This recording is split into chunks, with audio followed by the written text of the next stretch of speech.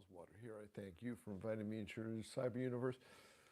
How do we deal with crisis? How do you deal with crisis? Let me tell you a crisis that I went through in the past few days and it culminated today, and this is why I'm sitting here in my hat, unshaven, no shower.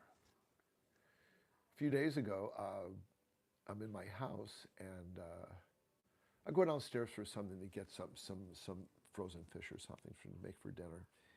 And I go down, there's a little water right outside the boiler room. So you go, oh geez, what's going on? A little water outside the boiler room. So I checked it out and it didn't look like it was the boiler because we have a pretty old boiler. It could have been the water heater. So I called my favorite plumber, Gary, and set up a time for someone to come look at it a couple of days ago. Guy came in, it was really, really nice. Your water heater needs to be replaced. Okay. We call that planned obsolescence. It put it in 2017, and now it's 2025, so I call it planned obsolescence. So he said, okay, we'll order a water heater, will come in today, and today's the day they were supposed to come in. So I went down in the morning because we had some Pampers. And by the way, if you ever have a leak, Pampers are great. A great shout out to Pampers. Not only does it absorb baby stuff, it also absorbs water on the floor.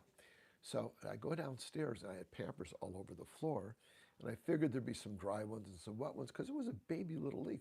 All of a sudden I go down there at like 7:30 in the morning and there's a friggin' flood in my basement, like, a quarter inch of standing water. Whether it's a quarter inch or a foot, it's still standing water. I go, crisis, crisis, crisis, and all. But today I'm in the yellow portal, and all of a sudden I said, I got this.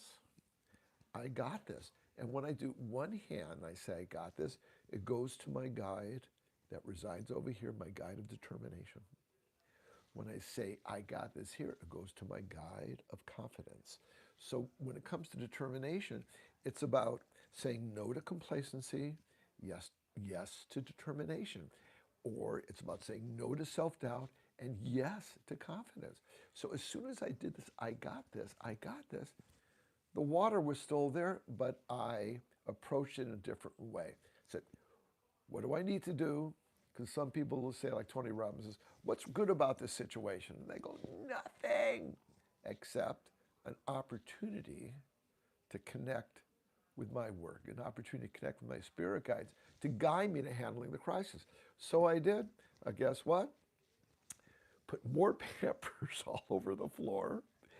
And then I needed a wet vac. So I was going to go buy a wet vac because I have one at the karate studio. So I called Roberta, my neighbor across the street. What a blessing. Roberta, do you have a wet vac? She goes, yes, but come on over. It's in the basement. I need about 5 minutes. So I'm downstairs in my basement, and I didn't know she called. And all of a sudden, she's walking into my kitchen, and she's schlepping this big wet vac, and she's 80 years old.